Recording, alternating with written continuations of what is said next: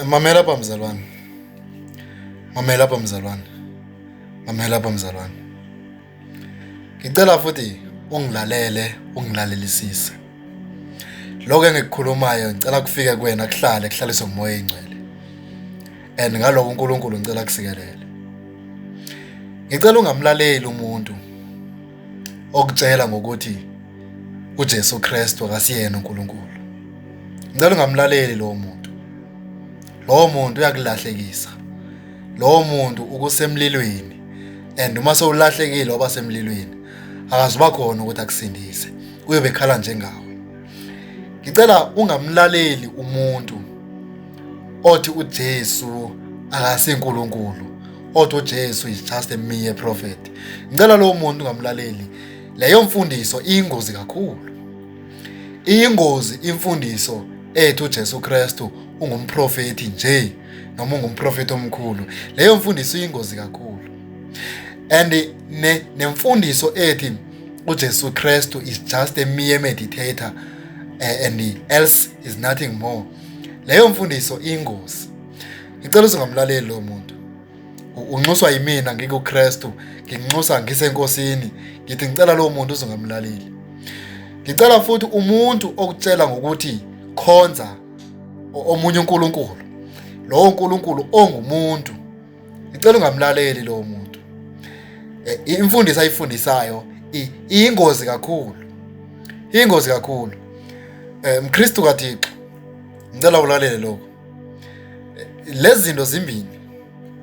Ukhona umuntu okholwayo enkosini uJesu, but ekholwa nje enkosini uJesu ukholwa ukuthi uNkosi uJesu ungumprofeti. And uma ufika nemfundiso yokuba uJesu uNkulunkulu, usiyaqala lo muntu uyakuphikisa. Ngicela lo muntu uzungaphikisani naye, futhi lo muntu ngicela uzungali naye, because uzokukotela izibhalo. Izibhalo acabanga ukuthi ngokwakhe sisupporta yena kanti yena akazizwa. Kuphela uzwa lento afuna ziyithethe.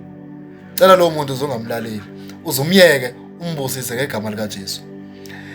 And kukhona umuntu okhuluma indaba engazi. Ubone ukuthi lo muntu akazi ngempela. Usebumnyameni, udinga ukuthi ukukhanyisa isibane. Uma unokukhanyisa isibane angeza kwi-light. Lo muntu uyambona ukuthi akazi, kodwa umuntu okumazisa angazi, athobeke, akulandele.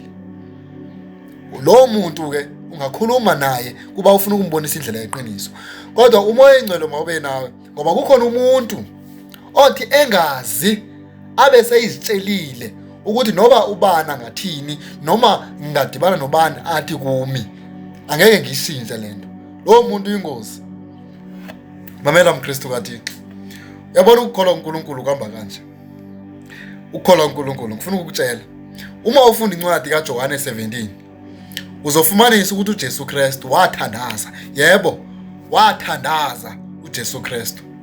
Ethandazela ukuthi abantu abazokholwa nguye bakwazi ukuhlukanisa ukuthi uYesu ungubani, bakwazi ukuhlukanisa ukuthi uThixo ungubani, bakwazi ukunderstand umoya ongcwele.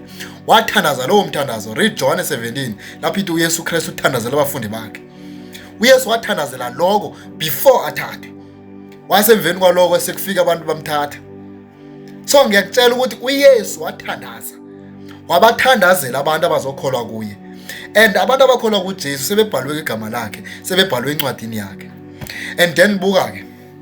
Ukhona abantu abangamlaleliyo uJesu. Ufuna ukuqonda lento kusebenza kanjani? Khona abantu abangamlaleliyo uJesu nabangafuni ukuziva inkulumo ezingoJesu. Because ukhona umuntu obaconvincile ukuthi uJesu is not God. And labo bantu bathe ngenxa yokuba baconvince, bakholwa inkulumo yabo, bakholwa lilizwi labo. Why? Because labo bantu baye bakholelwa ilamfundiso because bebengazi. Bathe sebekholiwe ilamfundiso, babelieve ukuthi this fundiso is true. And then again, here's the mind works. Uthi umuntu mase iconvinceekile ukuthi uJesu is not God, abe lento ke ngokuseyikhuluma ngaphakathi engqondweni yakhe. Once lento wayikhuluma ngaphakathi engqondweni yakhe idibana nomoya kaMchasi Kristu, the spirit of the antichrist, the enemy of Christ, idibana nomoya kaMchasi Kristu. Once ke ngoku ingqondo yadibana nomoya kaMchasi Kristu, phinde lowo muntu uthi uma ukhuluma naye ezwe, because seyithelwe i-crown yena seyinkosi, wena you are nothing, you are just a mere commoner. So lowo muntu udingani ukuze abone iqiniso? Udinga uJesu ngempela ukuthi abonakale kuyena. Namhlanje sifunda incwadi zeTestament Elisha ezibhalwe ngumpostoli uPaul. Uma lezi ncwadi zibhalwe ngumpostoli uPaul, umpostoli uPaul ufundisa amaKristu enhlanga namaKristu akwaJuda. Kodwa masilande emlandweni kaPaul, wayengakholwa, in fact waye-enemy yamaKristu, and wayewafuna amaKristu avalele entilongweni until Jesus Christ himself wabonakala kuyena, wase yaguquka. Angazi noma iSouth Africa iyangizwa na. So bazalwane, musani ukuvuma ukulahlekiswa ngabantu abanithuma kwalasha. Ngiyathemba amaKristu angizwa. Ngiyathemba amaKristu angizwa. By the way ke abazalwane kudala bengicela ukuthi mangibe negroup noma mangibe nechannel kuWhatsApp lapho engizokhuluma khona indaba zikaNkulunkulu. So ngicreate le channel. So ngiyacela nisebenzise le link ungena kule channel, because phaya kulapho engisharisha every day ilizwi kaNkulunkulu. Kulapho engisharisha khona ulwazi uNkulunkulu anginike lona ngaphezulu kuba ngisenza ku TikTok. So ngicela ke bazalwane ni support leli page le channel, ningene ngobuninzi benu. Kingdom of God noma the government of God. Amen.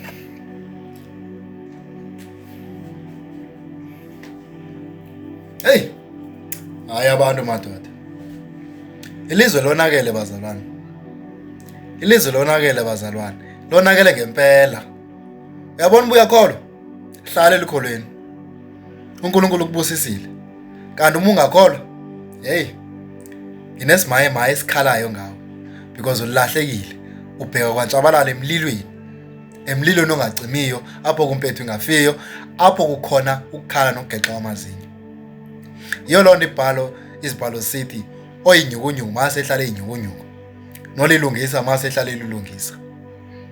Ulowo makahlala endleleni yakhe agqibelele futhi. Buyathakatha, athakatha impela mnganami. Ubulisela vele untshontshe impela futhi. So ilink ke bazalwane ngizoyishiya kwi comments noma ngizoyishiya kwi topic for ubungene kule video kule channel engishoyo. Amen.